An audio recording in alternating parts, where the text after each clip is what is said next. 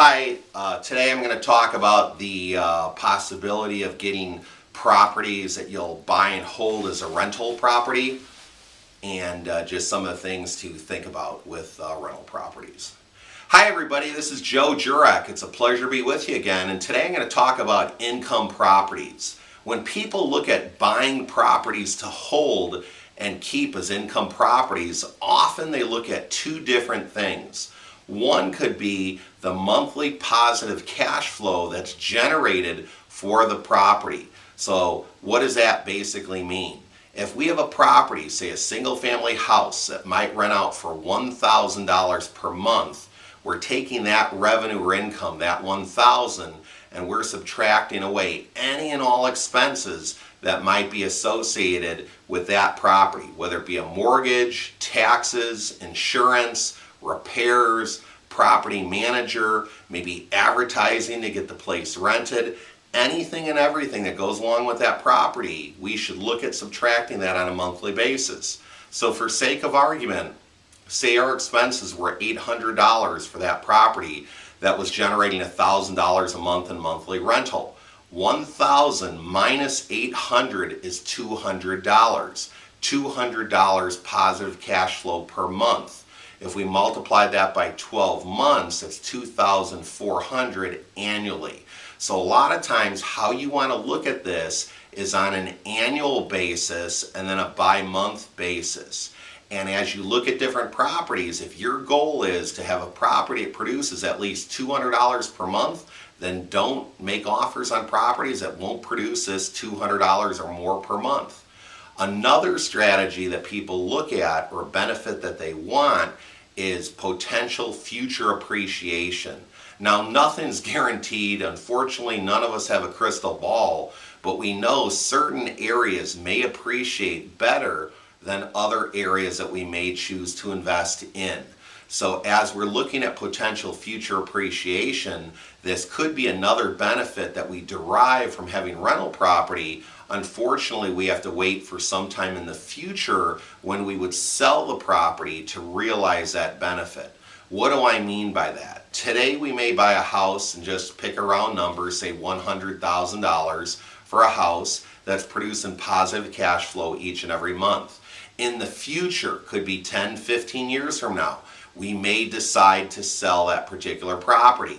In certain areas of the country, a $100,000 home in 10 or 15 years might still be worth $100,000 or $120,000.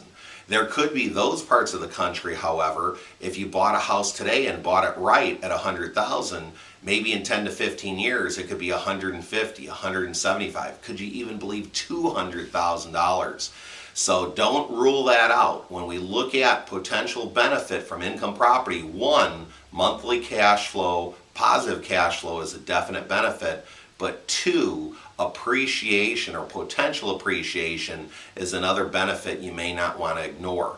Now, the one thing I want to caution you is this: don't ever buy a property that's losing money every month, but you feel it could be a good area that might appreciate over time.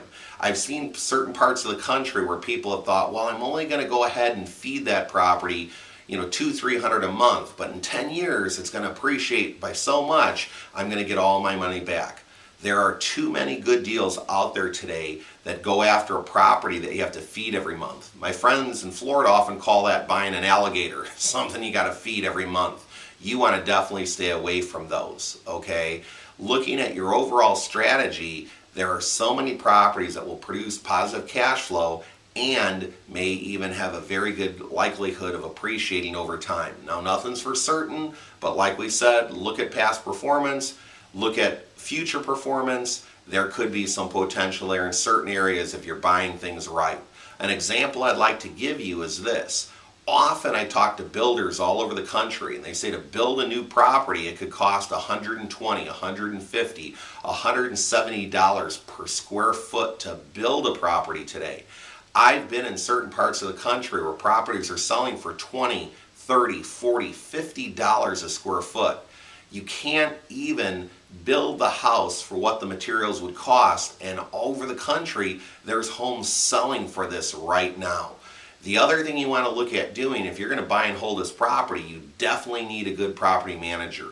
Don't create a job for yourself. If you're part of the equation and something happens to you, unfortunately, your business may stop or you may run into an issue with these particular properties. So definitely talk with multiple property managers and find a good property manager that can work with you to manage your income properties.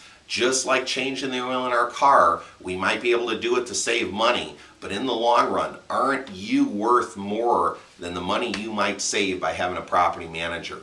And unfortunately, if something comes up, you get sick, you want to go out of town, you don't want to have that hanging over your head. You want to be able to manage your property manager who's taking care of your properties. So get out there, spend the time, talk and get some referrals, find some good property managers, find some good properties at cash flow, and start building up your portfolio today.